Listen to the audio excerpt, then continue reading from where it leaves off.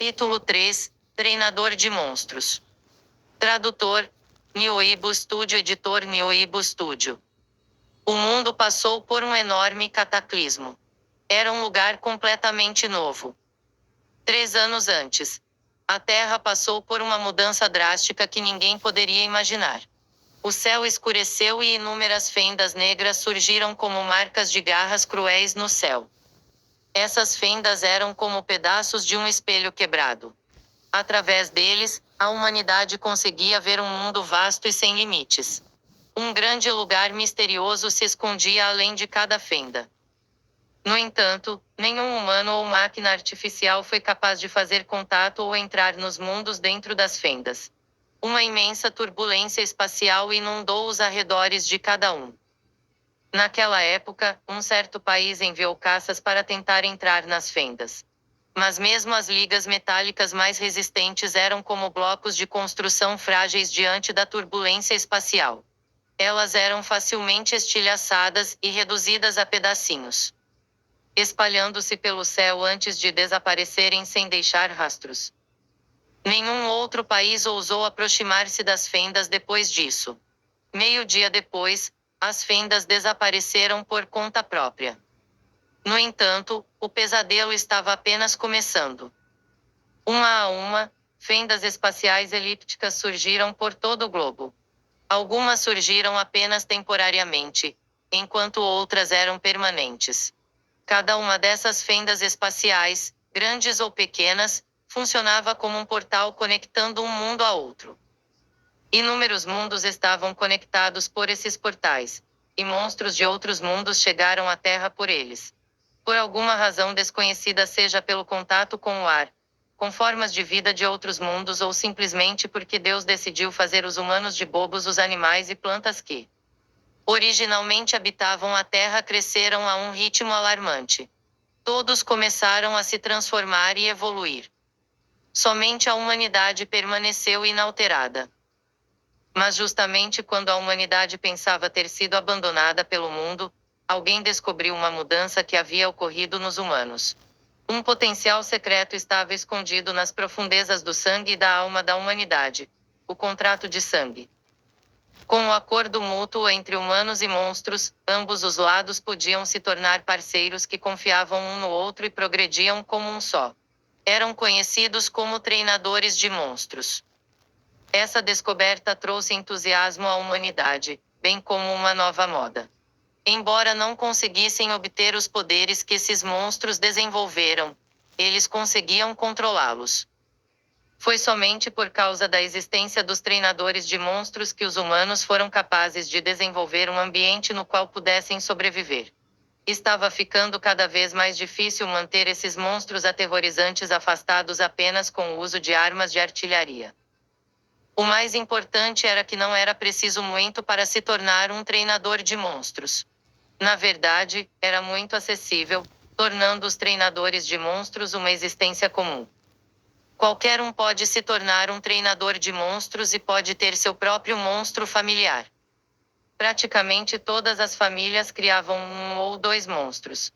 Monstro era um termo genérico que podia se referir àqueles originários de outros mundos ou a versões transformadas de animais e plantas nativos da Terra.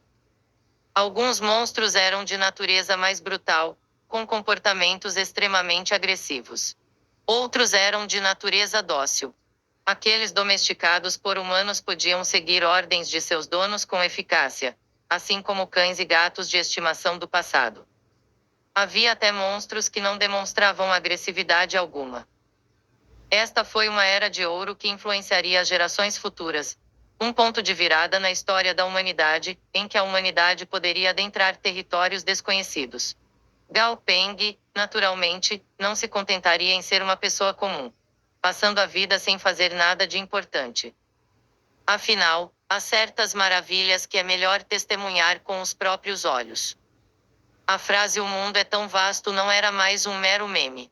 Além da Terra, agora havia inúmeros outros mundos que Gao Peng poderia descobrir e explorar. Talvez eu consiga encontrar a habilidade de ressuscitar meus pais em outros mundos, murmurou Gao Peng para si mesmo. Essa convicção era como uma semente plantada no fundo do seu coração, que agora brotava e crescia. Ele acreditava que, entre os mundos infinitos e entre as dezenas de milhares de planos existentes, certamente haveria a habilidade pela qual ansiava. Gao Peng deitou-se no sofá e ligou a televisão. O noticiário estava passando, mostrando todo o conteúdo de sempre, como o mundo estava se tornando mais pacífico, como outra área havia se tornado uma área segura para exploração. Como humanos encontraram monstros perigosos em certas áreas e lembretes gerais para que todos procedessem com cautela. Era uma notícia comum, mas Gao Peng saboreou cada detalhe da mesma forma, guardando tudo na memória. De repente, uma certa notícia chamou sua atenção. De acordo com o noticiário, a garra escamosa de uma fera gigantesca que passou por uma evolução atávica extrema foi encontrada fora de uma fenda espacial. A existência dessa superfera era sem precedentes. Cientistas especularam que essa fera era comparável a deuses que existiam apenas em lendas. Possivelmente, era uma fera mítica, de nível imperador, com inúmeros poderes inimagináveis. Com o fim do noticiário, a cena mudou para uma com uma mulher loira de vestido branco. Ela segurava uma arma genética com a espessura aproximada de um dedo, por onde fluía um líquido azul cristalino e semitranslúcido. Apresentamos o novo Blue Magic Monster familiar Gene Enhancement Serum, do United Dragons Group. 60% de sucesso na promoção para o nível excelente para monstros de nível normal e 20% de sucesso para monstros de nível elite. Usar nosso produto, juntamente com o cuidado profissional de criadores de monstros, aumentará significativamente a taxa de sucesso. Este é um produto inovador e inovador que você merece ter. Gao Peng desligou a televisão, perplexo, mas ao mesmo tempo ansioso. Com o lançamento deste produto, ele temia que a profissão de criador de monstros enfrentasse um desafio sem precedentes. Mas também poderia ser uma oportunidade para os criadores de monstros aumentarem sua relevância na sociedade. Afinal, um monstro familiar e seu treinador tinham uma ligação emocional. Alguns até viam seus monstros familiares como sua família. Naturalmente, eles queriam que seus monstros familiares fossem os melhores que pudessem ser. Tudo isso só fez aumentar a expectativa que Gao Peng sentia em seu coração. À medida que a tecnologia avançava, ideias começaram a surgir na mente de Gao Peng. Ideias que ele jamais ousaria imaginar que fossem possíveis no passado? Talvez um dia surgisse uma tecnologia mais futurista, como a ressurreição. Cerrando o punho com força, Gao Peng decidiu que não cederia à mediocridade. Ser medíocre significava desistir. Se um dia houvesse meios de ressuscitar pessoas, Gao Peng não conseguiria viver consigo mesmo se deixasse a oportunidade escapar por entre os dedos só por não ter se esforçado o suficiente. Depois de preparar o jantar de Dazi, Gao Peng foi até a sala de estar e bateu a tigela de aço no chão, emitindo um som alto e claro de peng peng peng. Dazi já sentia o cheiro da comida com um par de antenas no topo da cabeça, que balançava para a esquerda e para a direita sem parar. Ouviu o som da tigela de aço e correu até lá. Usando os machilípedes contra as bordas, jogou a metade superior do corpo para dentro da tigela. Suas presas afiadas eram como uma grande tesoura, cortando a comida em pedacinhos antes de engoli-los. De acordo com a internet e os livros que Gao Peng leu, as centopeias de Edor-Sorocho-de garras amarelas possuíam um veneno potente. No entanto, ele nunca viu Dazi usar seu veneno. É claro que, por ter sido criado em um lar, Dazi nunca teve a oportunidade real de usá-lo. As centopeias de Edor-Sorocho-de garras amarelas possuíam glândulas de veneno no corpo, mas o veneno não estava presente em todo o corpo. O veneno era liberado apenas em duas partes do corpo, as mandíbulas e as primeiras maxilas. As mandíbulas, naturalmente, eram as grandes peças bucais em forma de tesoura localizadas na frente da cabeça. As primeiras maxilas eram o primeiro par de apêndices da centopeia. Como Gao Peng o criou, Dazi nunca o mordeu nem liberou nenhum de seus venenos na frente dele. As diversas pragas de insetos na casa, no entanto, sofreram bastante com Dazi. Em algum momento desde que criou Dazi, os insetos em sua casa pareceram extintos.